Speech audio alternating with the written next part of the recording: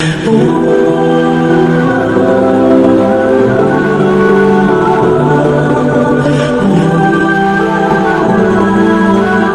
آپ کو ایمان اور یقین حاصل ہو تو پھر دعا کریں اللہ اس پر استقامت عطا فرمائے، پھر اس پر ڈٹ جائے۔ نبی پاک صلی اللہ علیہ وسلم نے فرمایا میں اس بات کا خوف نہیں کرتا کہ میری امت کمزور ہو جائے گی، اس بات کا ڈر نہیں کہ پیسے ختم ہو جائیں، نہ یہ خوف ہے کہ بھوکی مرے گی۔ حضور کس بات کا خوف ہے؟ تو نبی پاک نے فرمایا خوف یہ ہے کہ ان کا یقین کمزور ہو جائے گا۔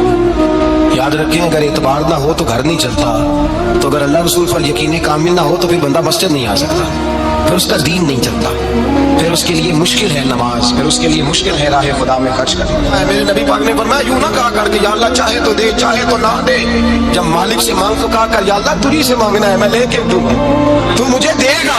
فرمایا جتنا تیرا یقین کامل ہوگا اتنا ہی اللہ تجھے جھولی بھر کے عطا فرمائے گا۔ کمزور سا مسلمان، لڑکھڑاتا سا مسلمان دیکھتا ہوں کرتا ہوں، اور یہ بھی نہ دیکھا کرے بھائی ایمان یقین کو استقامت کے درجے پہ لے، یہ نہ دیکھا کرے کہ وہ کیسے دے گا، وہ کسی وسیلے کا محتاج نہیں ہے، وسیلے کو پسند کرتا ہے، پر وسیلے کا محتاج وہ بغیر وسیلے کے بھی دے دیتا ہے۔ ہر آدمی ماں باپ کے ذریعے پیدا ہوتا ہے، اگر پیدا کرنا چاہے تو جناب عیسیٰ کو بغیر باپ کے پیدا کر دیتا ہے، اگر پیدا کرنا چاہے تو حضرت آدم کو بغیر ماں اور باپ کے پیدا کر دیتا ہے۔ جب یقین رکھے، یقین قرآن مجید پڑھیے، حضرت موسیٰ علیہ السلام فرعون کے دربار میں کھڑے ہیں، چاروں جانب دشمن ہی دشمن ہے، جادوگر آ گئے، انہوں نے سانپ چھوڑے، حضرت موسیٰ کے ہاتھ میں ڈنڈا تھا، حضرت موسیٰ کہتے ہیں یا اللہ کیا کروں؟ تو اللہ تعالیٰ نے فرمایا اپنا سانپ پھینک دو۔ کہنا چاہیے تھا نا کہ یا اللہ ایک کی تو شاید اتنے سانپ ہے بچانے کے لیے ڈنڈا ہے وہ پھینک دو، ڈنڈا پھینکا جاتا ہے، سانپ کو دیکھ کر کے قابو کیا جاتا ہے۔ یہ میرا اور آپ کا ذوق ہے نا، لیکن انبیاء کرام کا انداز مراجعہ کیجیے میرے عزیزو۔ اللہ فرماتے ہیں ڈنڈا، اے موسیٰ ڈال دے اپنا سانپ، پہلے نہیں فرمایا کہ سانپ بن جائے گا، فرمایا بس ڈال دے۔ میں اور آپ ہوتے ہیں تو سامنے ہے ڈنڈا ہاتھ میں، آپ کہیں گے جی بات ہے یہ تو دفاع کی چیز ہے، اسی کو ڈال دوں تو بچوں گا کیسے؟ کہا ڈال دو، تو حضرت موسیٰ نے ڈال دیا، کہا میرے رب کا حکم ہے تو میرے لیے بہتر ہی ہوگا۔ اللہ فرماتے ہیں جب موسیٰ نے ڈالا تو میں نے اس ڈنڈے کو، اس عصا کو اژدہا بنا دیا۔ اب کبھی عصا بھی اژدہا بنے، کبھی چھڑی بھی بہت بڑا اژدہا بنی ہے، لیکن قرآن کہتا ہے جناب موسیٰ نے ڈالا تو اللہ نے اژدہا، بلکہ اس سے پیچھے چلیے عورتیں کمزور یقین کی ہوتی ہے نا، جناب موسیٰ پیدا ہوئے تو اللہ فرماتے ہیں میں نے موسیٰ کی ماں کے دل میں بات ڈالی، ماں کے دل میں صندوق میں ڈال کے تو اس کو دریا میں بہا دے۔ اور بھائی صندوق میں کہہ سکتے ہیں نا آکسیجن کیسے جائے گی، اور دریا میں بچے بچنے کے لیے ڈالے جاتے ہیں کہ ڈوبنے کے لیے ڈالے جاتے ہیں؟ ماں کے دل میں یقین کمزور نہیں تھا ماں کا۔ انبیاء کے ماں باپ موحد ہوتے ہیں، دین کو ماننے والے، ماں کے دل میں اللہ نے بات، اللہ قرآن میں کہتے ہیں میں نے وحی کی، میں نے القاء کیا، میں نے بات ڈالی۔ حضرت موسیٰ کی ماں کہتی ہے میں نے ڈال کے نا سمندر میں بیٹا، میں نے سمندر میں بیٹا ڈال کے صندوق میں بند کر کے رب کے حوالے کیا۔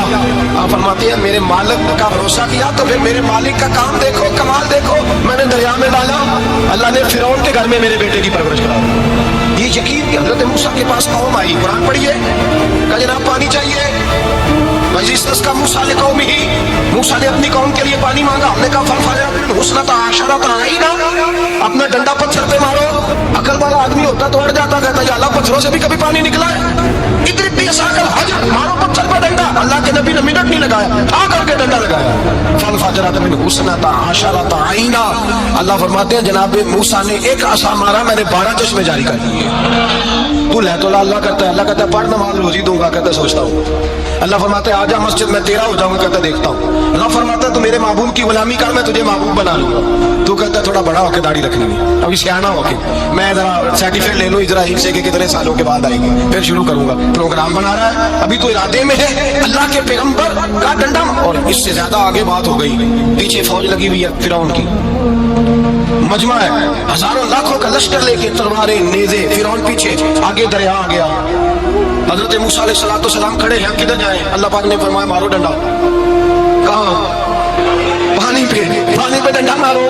اب حضرت موسیٰ علیہ السلام پانی پہ ڈنڈا مارے تو پانی ابھرے گا، اس سے زیادہ کیا ہوگا؟ پہلے پتھر پہ ڈنڈا مروایا تو پانی نکلا، اب پانی پہ ڈنڈا مروایا، فَإِذْ فَرَقْنَا بِكُمُ الْبَحْرَ فَأَنْجَيْنَاكُمْ وَأَغْرَقْنَا آلَ فِرْعَوْنَ۔ اللہ فرماتے ہیں موسیٰ نے پانی پہ ڈنڈا مارا تو میں نے پانی میں رستے بنا دیے۔ ایک جگہ ڈنڈا مارا تو پانی نکل آیا، دوسری جگہ عصا مارا تو پانی خشک ہو گیا، 12 چشمے بن گئے،